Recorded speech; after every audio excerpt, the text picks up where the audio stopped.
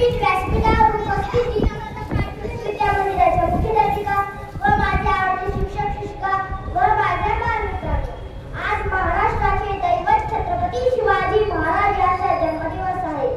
शिवरायांची आठवा रूप, शिवरायांचा आठवा प्रताप, शिवरायांचा आठवा साक्ष भूमंडळी, महाराजांना माझा मानाचा मुद्रा.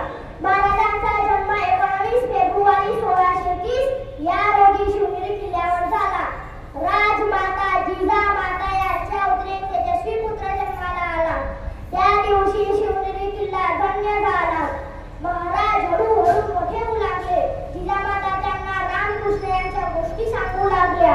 मुघलशाही, आदिलशाही, निजामशाही यांचा हैदोस ते पाहत व ऐकत होते.